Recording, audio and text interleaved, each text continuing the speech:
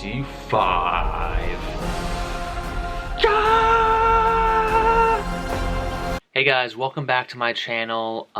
If you have tuned in, I'm sure you've watched a ton of BlizzCon this past weekend. I know I have. I've been using the virtual ticket. Whether you've been at home like me, watching online, or in person, in that case I'm really jealous of you. It's been like a jam-packed, awesome weekend, and a lot of stuff has been going on. So in this video, I'm going to be talking mainly about World of Warcraft Shadowlands after watching the opening ceremony and kind of analyzing it, and then also after watching the World of Warcraft What's Next like design team developer talk that they had, and just kind of give you guys like the fine-tuned details of what I think is important to understand when looking at this expansion and just what it's all about. So let's get into that. What is Shadowlands? Why have we never come across it before, really heard about it in the game?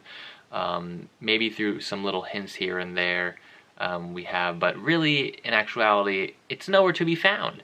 And so in the opening ceremony talk, Ian Hazzikostas shows us the cosmology picture of World of Warcraft, showing all the different associations of all the powers and beings that kind of live within this universe. So if we look at it right here, we'll see from top to bottom, looking all the way to the top, you see light against darkness, and you see disorder is the opposite of order, life as the opposite of death. And then if you look in the middle, there's reality, and that's Azeroth.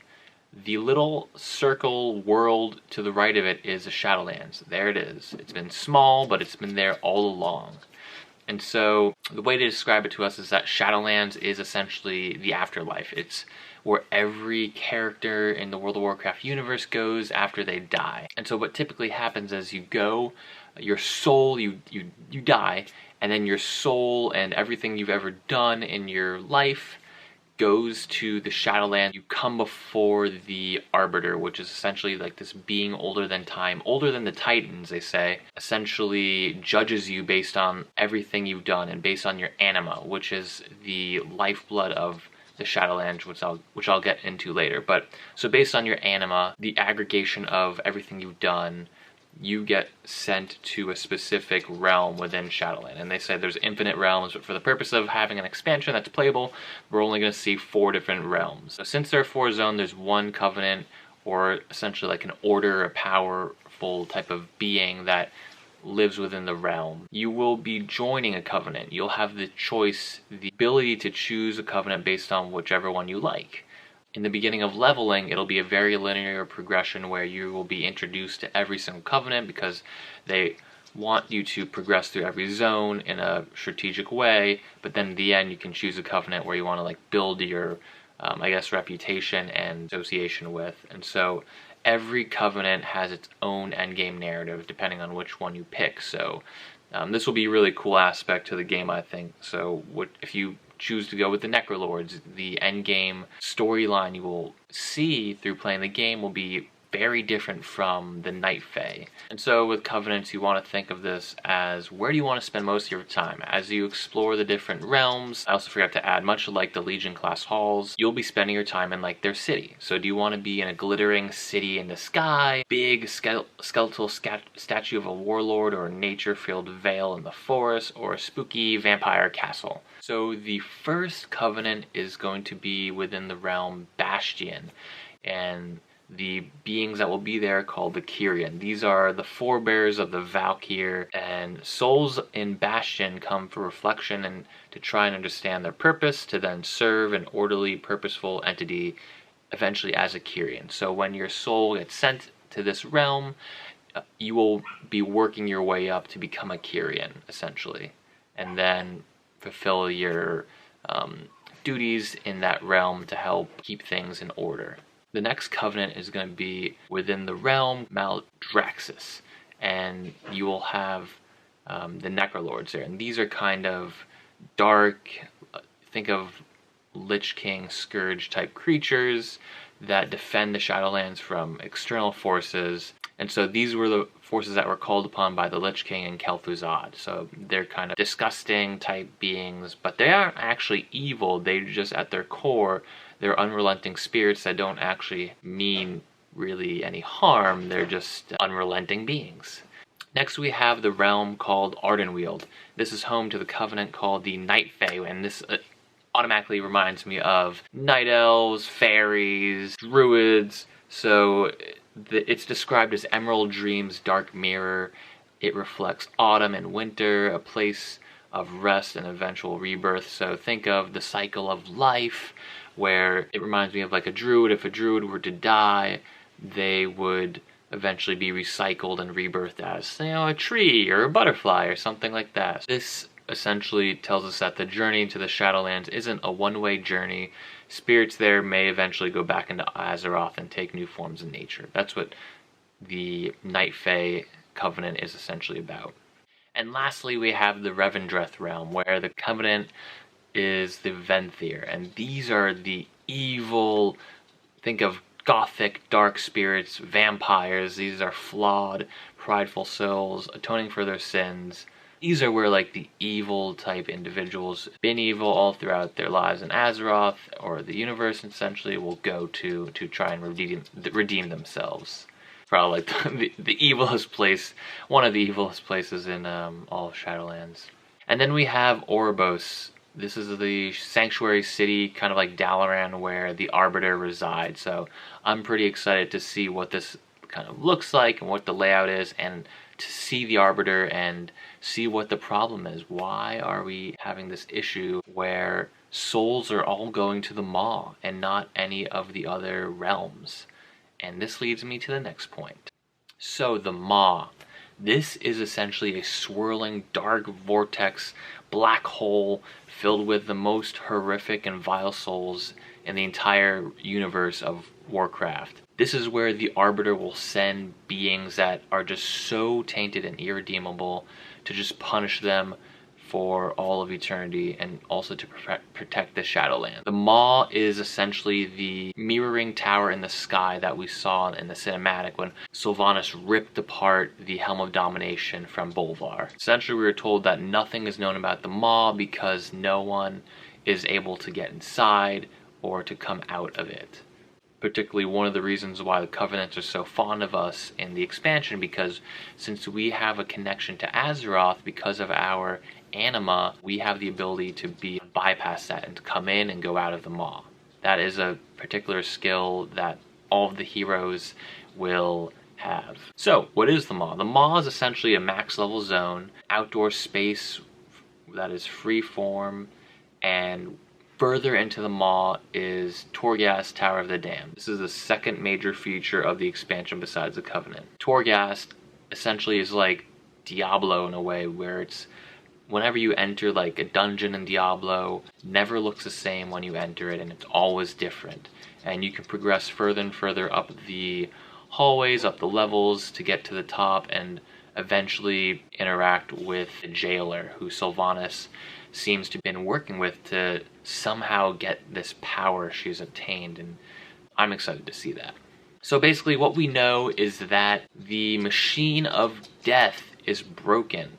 Typically all souls that go into the Shadowlands will come before the Arbiter to be judged and then sent off to another realm, but for some reason or another, every soul is just flowing into the Maw, and it's growing and growing and sucking all the anima, all of the power of the world, of the universe in Azeroth, and going directly into the Maw, and that is, I guess, feeding the jailer and Sylvanas, making him powerful, which is how she defeated the Lich King, it seems, so easily, which I just cannot believe. All of the Covenants are seeking anima. They need it. It's their lifeblood. So that is another reason why they'll be working with us as a hero to try and figure out this problem, so souls can be once again sent to their realm so they can have this lifeblood and to continue on. So there's a lot of questions we can ask. What about the jailer is so appealing to Sylvanas? What is her end goal? How exactly, what has she actually done to become so powerful? We kind of have an understanding that when characters are dying, she's becoming powerful, but like, what has specifically been done to allow this? What has been broken? Okay, so another type of thing that comes along with being in a specific covenant are abilities that we'll get. There are going to be two kinds of abilities for every single class, so you'll have again that differentiation to make your class more unique from another. Some will actually be abilities that you can use in combat, and then others will be more strategic, movement speed type increases, stealth, things like that. So one example is this move called Soul Shape. So if you're grouped with the Night Fae, you can turn into like a Spirit Fox, then increase your movement speed by 30% for 10 seconds or until it's canceled. And another cool added on feature is you don't actually have to be a fox, you can change into animals, I guess. So that's cool. Another feature with the Covenants, I know there's a lot, but this is, one of the main things of the expansion is soul binding. And so this is essentially where you'll pick one of the champions that are within a covenant and bind your soul to them. You will gain some abilities through that, and you'll be able to choose to activate different abilities within a talent tree that they'll have. So as you can see here, one will be this example with Theratar, the Mad Duke. If you're grouped with him and you're soulbound with him, you can choose Arrogance. You have a 5% increased crit strike chance against targets whose current health percentage is lower than yours. You'll also be able to change your soul-bound character, so you're not stuck with them. You can swap them out, and then you'll also be able to switch covenants, but it sounds like that won't be an easy process because you've kind of been building a reputation with a covenant and growing that. So if you're to leave that, I guess your allegiance to them would dissipate, and then you have to kind of regain that with another covenant. So that sounds like it might be a process to switch from one covenant to the other. So choose wisely, I would say. Okay, so now I'm going to touch upon some of the lesser things I think that are going to be coming with this expansion, but still very cool. I'll talk first about the systems and philosophy of the game. For a while now, since Mists of Pandaria, then Warlords Legion, and now Battle for Azeroth, there's been less of a focus on player agency and more of a focus on your spec. And so this was explained that, like, if you're an assassin rogue, you're only going to have poisons, but no other spec, subtlety and combat will have access to poisons, where in the past, like in Classic, any spec rogue could use poisons regardless.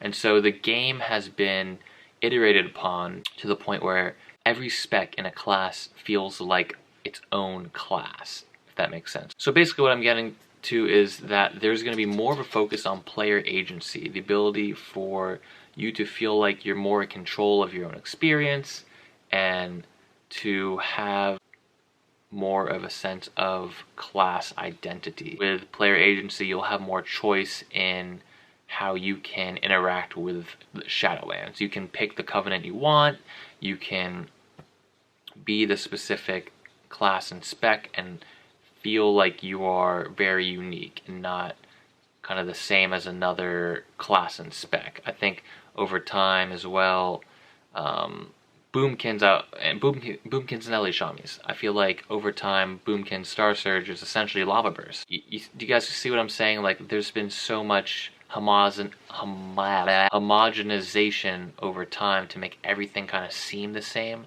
that they need to make things more unique and feel like you are a unique little sunflower.